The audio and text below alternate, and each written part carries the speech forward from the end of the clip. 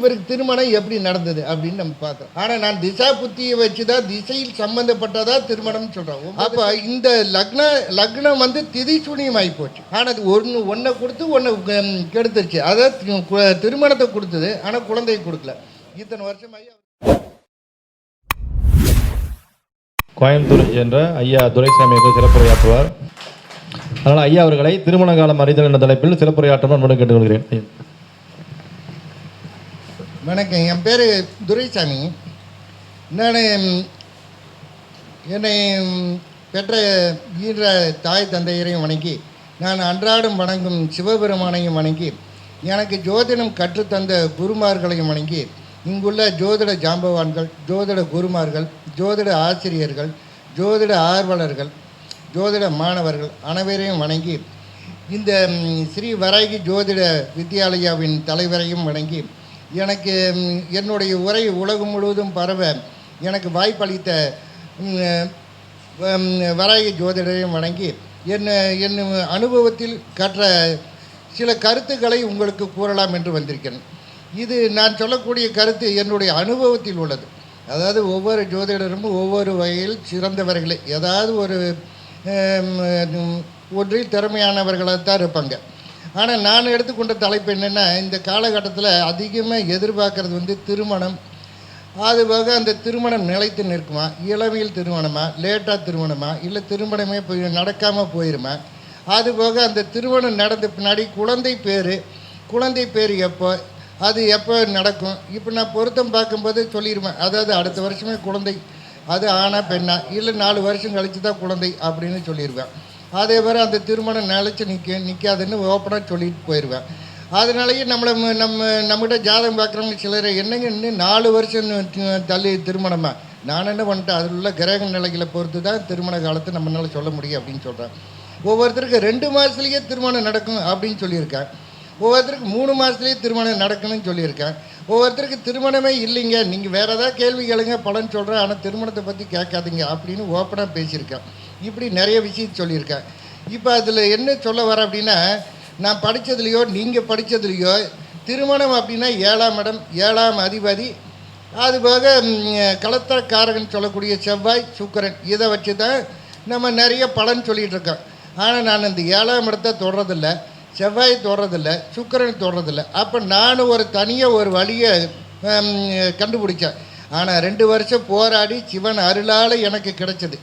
இந்த எனக்கு கிடைச்ச வித்தை கிணற்று நீராக போயிடக்கூடாதுன்னு சொல்லி பலருக்கு பயன்படணும், அதனால் பலருக்கு வழிகாட்டணும் அப்படிங்கிறக்காக இந்த கருத்தரங்களை சொல்ல வரேன்.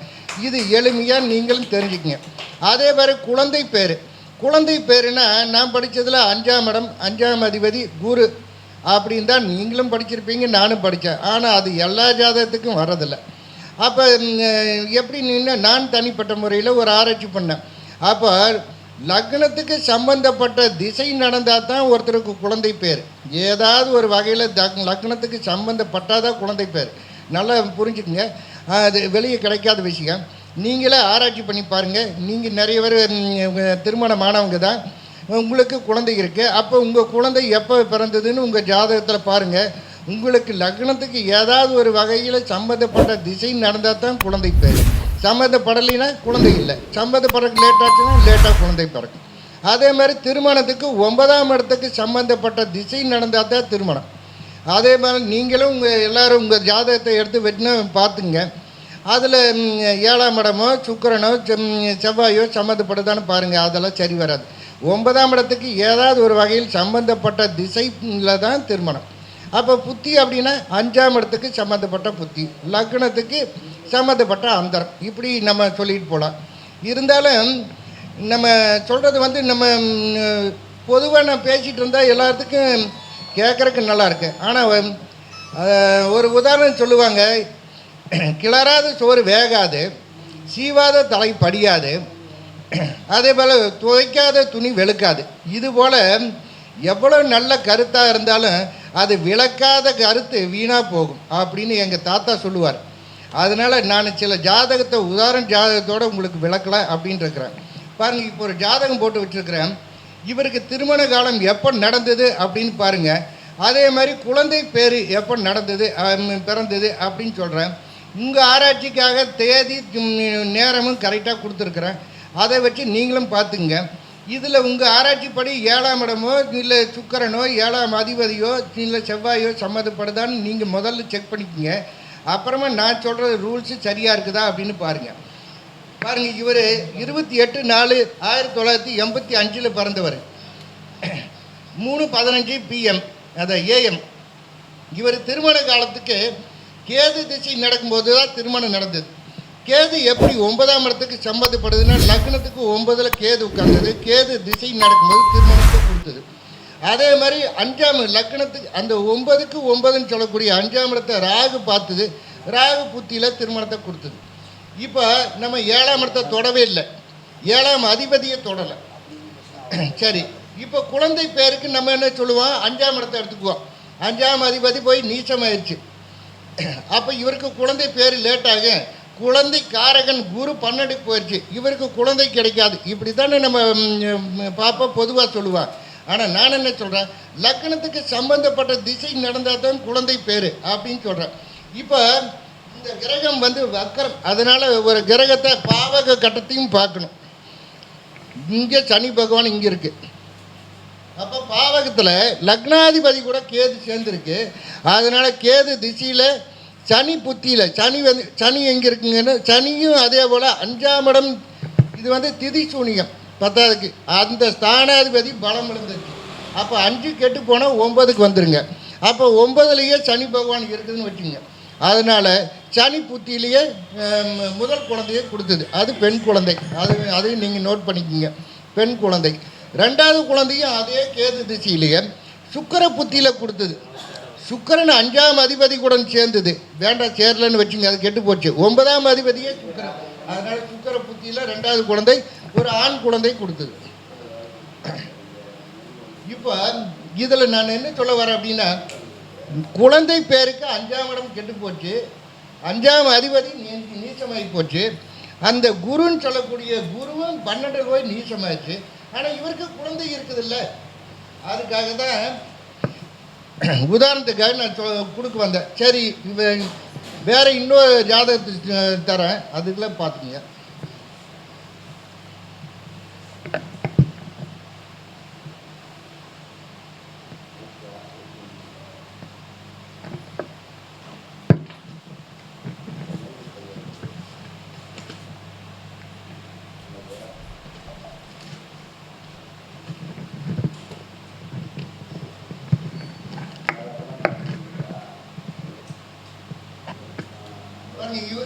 இது ஒரு ஆண் ஜாதகம். 27/2/1968 பிறந்தவர். 2:34 AM.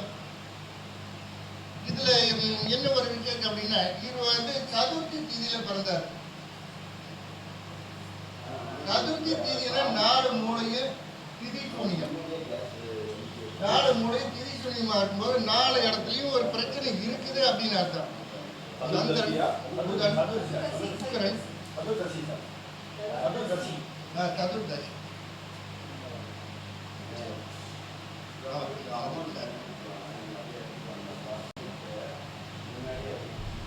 செவ்வாய், சனி,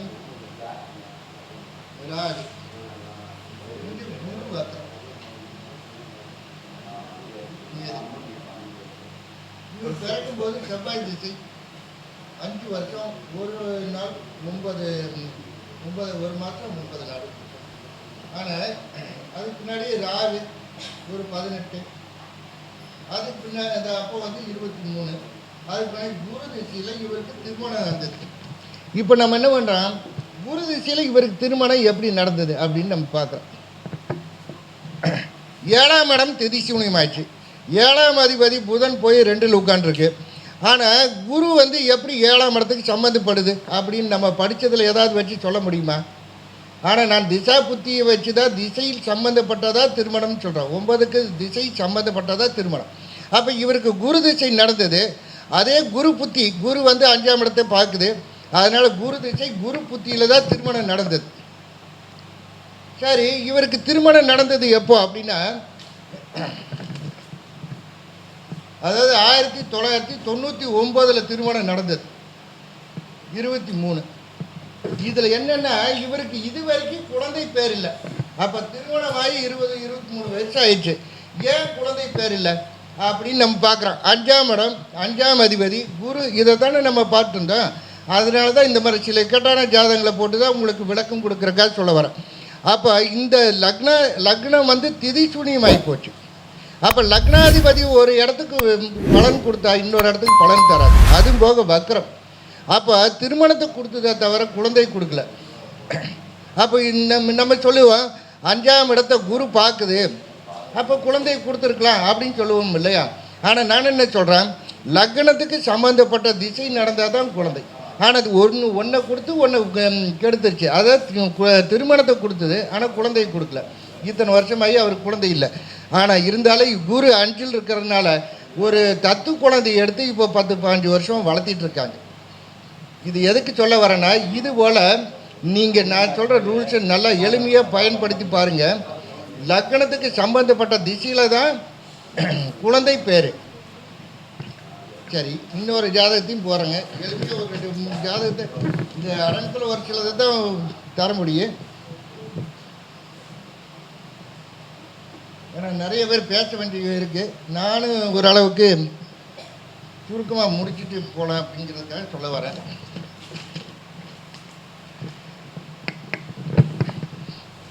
இது ஒரு பெண்ணின் ஜாதகம். 31/1/1986 பிறந்தது, 11 PM. இந்த பெண்ணுக்கு வந்து 37 வயசில் தான் திருமணம் நடந்தது. ஏன் 37 வரைக்கும் திருமணம் நடக்கலை அப்படின்னு நம்ம பார்க்குறோம். செவ்வாய் சனி 2ல், சூரியன் புதன் சுக்கிரன் குரு 7ல் ராகு. அப்போ ராகு தோஷம் இருக்கிறனால தான் திருமணம் நடக்கலையோ அப்படின்னு பார்ப்போம். இது வந்து சஷ்டி திதி.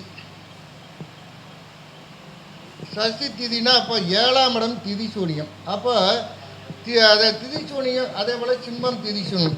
7ஆம் இடம் திதி சூனியமான அங்கே ஒரு பிரச்சனை இருக்குது, திருமணம் லேட் ஆகும் அப்படின்னு அர்த்தம். இல்லைன்னா திருமணம்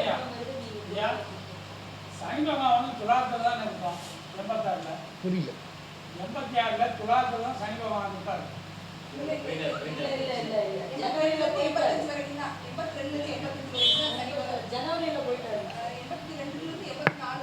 சனி துலாத்தில் 84 வரைக்குமே இருக்காருங்க.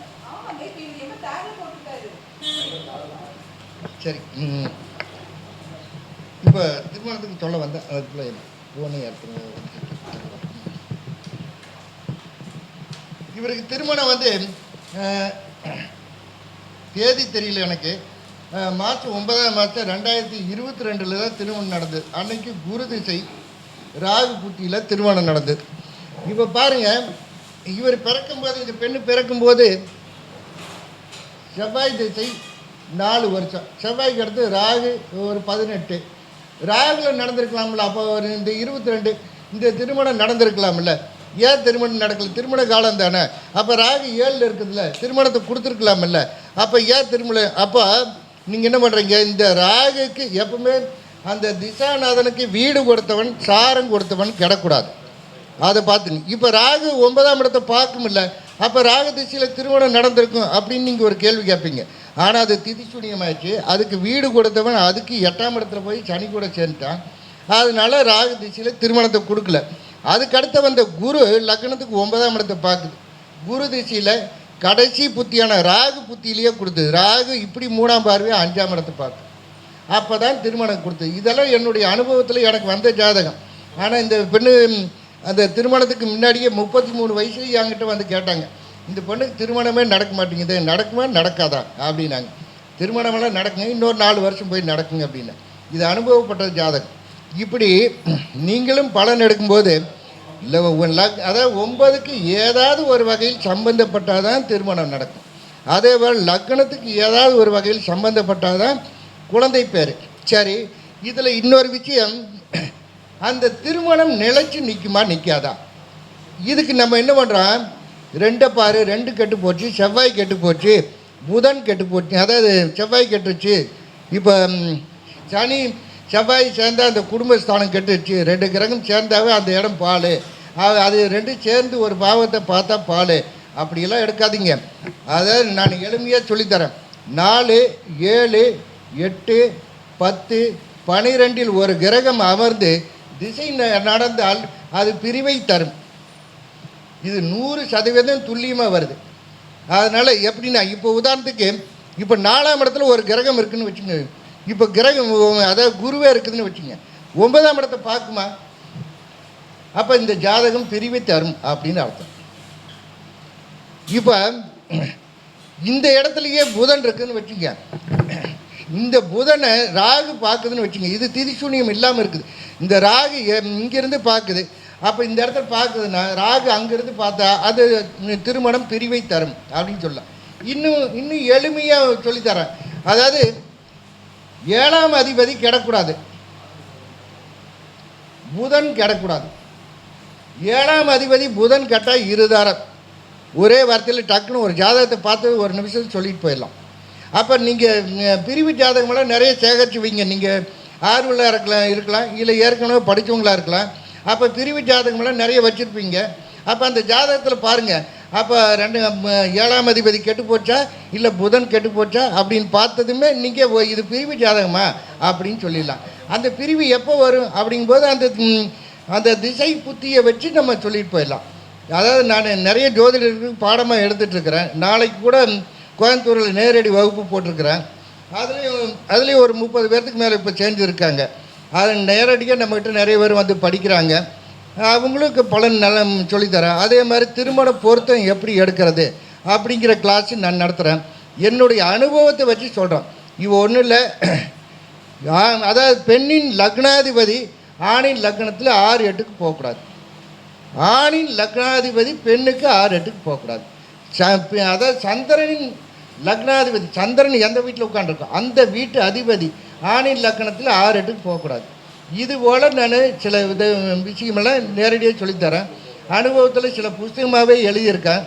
இதெல்லாம் வெளியே கிடைக்காத விஷயம். அதுக்காக நான் விலைக்கெல்லாம் விற்கிறதில்ல. நம்மகிட்ட கிளாஸில் படிக்கிறவங்களுக்கு மட்டுமே அந்த புஸ்தகம் தரேன்.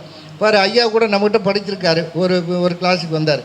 அதனால் அவருக்கு கூட அந்த புஸ்தகம் கொடுத்துருக்கேன். இப்படி என்னுடைய அனுபவங்கள் பல. என்னுடைய அனுபவத்தை நான் எதுக்கு சொல்கிறேன்னா, உங்களுக்கு சொல்லி கொடுத்து நீங்கள் பலருக்கு வழிகாட்டுங்க அப்படிங்கிறக்காக தான் சொல்ல வரேனே தவிர, இதனால் சம்பாதிக்கணும் அப்படிங்கிற நினைக்காதீங்க. ஆண்டவன் நம்மளுக்கு என்ன கொடுக்கானோ அது ஏதாவது ஒரு வழியில் கொடுத்துட்டு தான் இருக்கிறான். ஆனால் இதில் வச்சு நம்ம சம்பாதிக்கிறோங்கிற எண்ணத்தை மட்டும் வளர்த்திக்காதீங்க. பலருக்கு நல்ல வழிகாட்டலாம். ஏன்னா பிரம்மனுக்கு அடுத்தபடியாக யாரை நம்புகிறாங்கன்னா நம்ம மாதிரி ஜோதிட குருமார்களை தான் கடவுளாக நம்புகிறாங்க. ஏன்னா என்கிட்ட ஜாதகம் பார்க்க வரவங்கள சாமி கடவுள் அப்படின்னு நம்மளை வணங்குறாங்க. அப்போ நம்ம அவங்களுக்கு ஒரு நல்ல அவங்களோட கர்மாவை பார்த்து தான் நம்ம பலன்னு சொல்கிறோம். அப்போ நம்ம அடுத்தவங்க கர்மாவை நம்ம வாங்கக்கூடாது. அப்போ பணத்தை எதிர்பார்த்தாவே அது கர்மா நம்மளுக்கு வந்துருன்னு அர்த்தம். அதாவது தட்சணை அப்படிங்கிற மூலியமாக, தட்சணைங்கிறது மனசார கொடுக்குறது தட்சணை. நீங்கள் கொடுக்குறத கொடுங்க, ஆனால் இப்படி தாங்க பலன் அப்படின்னு சொல்லிட்டு போங்க. எதிர்பார்த்து பலன் சொல்லாதீங்க. அப்போ எதிர்பார்த்து பலன் சொன்னால் நம்மளுக்கு கர்மா வந்துருன்னு அர்த்தம். ஏன்னா நம்மளும் நிறைய அதாவது குடும்பத்தோடு இருக்கிறோம். நம்மளுக்கும் பேரன் பேத்தியெல்லாம் இருக்காங்க. நம்ம வம்சமும் தலைக்கணும் அப்படிங்கிறக்காக அந்த திருமணமே எதுக்கு? வம்சம் வாழையடி வாழையாக வளரணும் அப்படிங்கிறக்காக தான் திருமணம். எந்த ஒரு ஜீவராசியாக இருந்தாலும் ஒரு பிறவியை உருவாக்கி விட்டு போகணும் அப்படிங்கிறக்காக தான் அந்த திருமண காலத்தை நம்மளும் காலகாலத்துக்கு அவங்களுக்கு செஞ்சு வைக்கணும்னு எதிர்பார்க்குறாங்க. இப்போ நானே நிறைய மேடையில் அதிகமாக இதை பற்றியே பேசுகிறேன். எதுக்குன்னா, இந்த கலியுக காலத்தில் நிறைய பேர் நல்லா படிச்சுட்டாங்க, நிறைய சம்பாதிக்கிறாங்க, ஆணும் பெண்ணும் லட்சக்கணக்கில். ஆனால் திருமணம் மட்டும் நடக்க மாட்டேங்குது. ஆனால் இதே 1980க்கு முன்னாடியெல்லாம் இந்த பிரச்சனையே இல்லைங்க. அன்றைக்கெல்லாம் பொருளாதாரத்தை யாருமே எதிர்பார்க்கல. இன்றைக்கி பொருளாதாரம் டேட்டஸ்ட்டு அப்படின்னு என்னதுமே சொல்லிக்கிறாங்க. அது காரணம் என்னென்னா, அந்த திருமண காலம் வரலின்னு அர்த்தம். திருமண காலம் வந்ததுன்னா அது எல்லாமே எதிர்பார்க்க மாட்டாங்க, தானாகவே நடக்கும். அப்போ அந்த திருமணம் எப்போ நடக்குது அப்படின்னு நம்ம கண்டுபிடிச்சி சொல்கிறது தான் நம்ம வேலை. அதனால் பலருக்கு நல்வழி காட்டுங்க அப்படின்னு உங்களை வேண்டி வணங்கி கேட்டுக்கொள்கிறேன். எனக்கு வாய்ப்பளித்த ஸ்ரீ யோகா வராகி சக்தி பீட ஆசிரியர் அவர்களுக்கு என்னுடைய நன்றியை தெரிவித்துக் கொள்கிறேன். சிறப்பான முறையில் நமக்கு பலன் உரைத்த ஐயா அவர்களுக்கு நன்றி. ஐயா அவர்களுக்கு ஒரு சிறப்பு மரியாதை.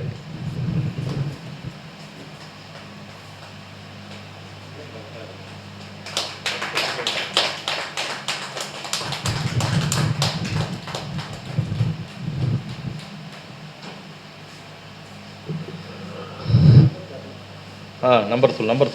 இல்லை போட இல்லை நான் சொல்லிக்கிறேன். சொல்லுங்கள். ஐயா நம்பர் கொஞ்சம் ஃபோக்கஸ் பண்ணி விட்ருங்க. என்னால் பதில் சொல்ல முடியல.